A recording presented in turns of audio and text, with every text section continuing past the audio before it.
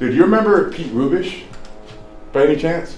Is he powerlifter? Yeah, I mean, he's... I remember his name, not him. So he's one of the guys that got me into lifting, and this setup now is just reminding me of his setup, right? He had, I mean, he's notoriously known for having a washer and dryer like next to his deadlift platform. Hey, mine's like a few feet away. Yeah, you know, and I mean, he's pulled over 900 pounds. He pulled like, I think 930 or 920, but like mixed grip, no suit, nothing. Just has like one 6-inch trap, the other one's like 3. Yeah, you know about that, right? No, but what got me into lifting is the atmosphere that the guys like Pete Rubish, Chris Hickson, Eric Rubish would create.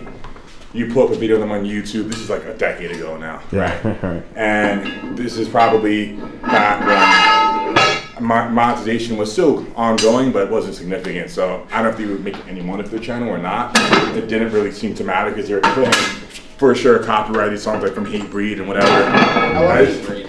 I love it, dude. And I just remember the emotions it would evoke when I play it, because it wouldn't just be the blasting music. It'd be the camaraderie of their gym partners, their gym bros. It'd be them screaming and celebrating after a big PR with the music blasting. It just seemed like the most electric atmosphere. Okay, guys. So for today's video, I want to talk about Larry Wheels talking to Lexx Little, and he shouted me out in the video. So Larry's talked to me before. I've met him, I think, on 2 different occasions in person, albeit it's been a while. And he's always had a lot of respect for myself, and he's always been a really respectable guy overall. So this was kind of cool to see. Somebody showed me the video clip, and he was just talking about kind of what I alluded to in the last video about the old era of powerlifting from like 2010 to 2015 or so, when it was a lot of the Lily Bridges, Chris Hickson, myself, George Lehman, and a lot of that underground grunge type lifting with the heavy metal and the hardcore rap and the deadlifts being thrown into the floor, putting craters in the floor and stuff like that. And that's what he was kind of talking about, is how that kind of motivated him coming up. And he misses those days as well. And that's really what I talked about in the last video, how powerlifting has changed to where it's more subdued. There isn't the hardcore atmosphere, and a lot of you guys echoed those sentiments in the comments. I read through those, and a lot of you guys were on the same page as far as that goes, where, like one of my guys, Jason, was talking about, it's not as entertaining, he feels like, because it's just not, the intensity's not there in a lot of ways compared to what it used to be. And so, this was kind of cool just to hear Larry say that. And one thing about Larry is I think he's misunderstood to a degree. Larry at his roots he came in on the back end of that era I was talking about. So he really came up right at that transition point from the old era to the new era. And he was just like us in the sense that he lifted with a chip on his shoulder. He was very aggressive. I mean, I always think about his first 900-pound deadlift at Rob and Dana Lynn Bailey's gym when they had it at the time. That intensity was just like us. That was just like how we were. And Larry wasn't faking it either. He was like that. He had a chip on his shoulder.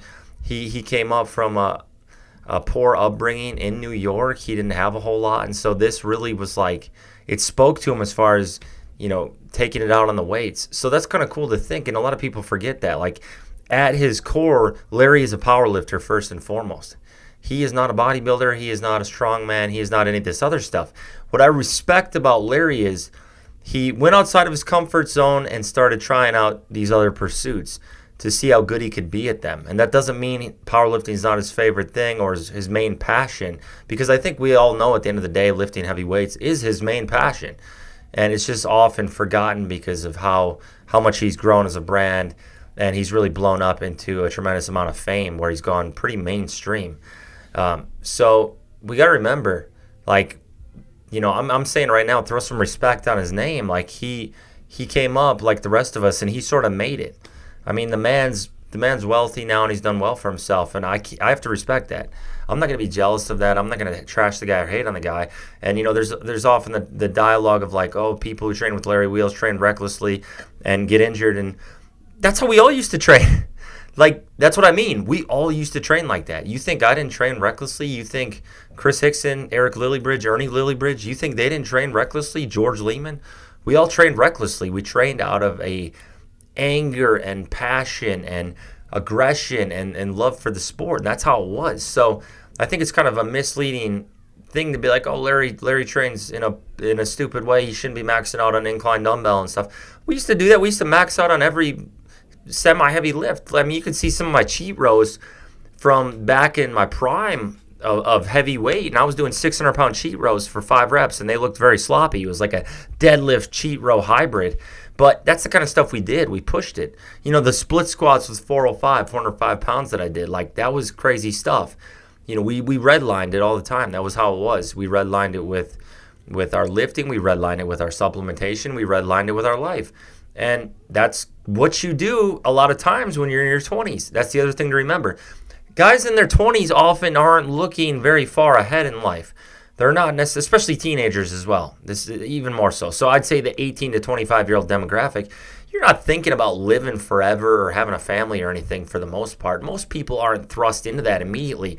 That comes along later. That's where I'm at now. I'm 32 years old. I'll be 33 in August. I want to be as healthy as possible, live as long as I can for my wife and daughter, and just be around and be well-rounded and still be strong but still be fit. And so your mind starts to go a different route around that age of 30 years old. But in your 20s, it's like caution to the wind, let's go for it. And that's how my mind was. That's why I would run Trent a lot. That's why I was being super aggressive. I didn't think about the repercussions of my lifestyle, of how I lived, how I lifted. I didn't think about how my body would feel. My body could hold up to all this because I was 25 years old, 20 years old. That's just how it was. So you guys got to realize that at his core, Larry is just like us. He's just like us, guys. I don't think any of his personality is fake. The guy's been very real and transparent with everyone. So I'm kind of coming to his defense in this manner because he is as real as it gets, and he's super nice. You know, I met the guy twice, I think, and he was nice as can be. He's just like that in person. So I think he's naturally introverted, but he can be extroverted. So I'm just saying, like, he's one of the guys who really took powerlifting to the next level as far as being mainstream, and we got to respect that about him. So I know there's a lot of people who say otherwise about Larry Wheels, and let me know what you guys think. What is your opinion of Larry Wheels? Are you a fan of him? Are you not a fan? What don't you like about him? What's your favorite thing that he's gone down? Because when I look at him too, you know, with the bodybuilding and strongman, all that, it's no different than me wanting to try this 100-mile race. I don't want to become an ultra runner permanently. I don't want to get real tiny and lose all my muscle and strength. I obviously want to get that back and chase after that 750 drug-free deadlift after the race. But I look at the 100-mile race in the mountains as one of the hardest things you could possibly do in your life. People have done that along with Ironman. Say 100-miler in the mountains is the equivalent of a double Ironman. So I don't look at things as like it's a challenge. It's like this is going to be the hardest thing I do. That's why I want to do it. It doesn't make me an ultra runner no more than it makes Larry Wheels a bodybuilder because he did a bodybuilding show. It's just you want to try other challenges as well. You want to diversify things and do different things, and that's, I think, what he's done. So let me know what you guys think about Larry Wheels. If you're a fan, if you're not, all the things.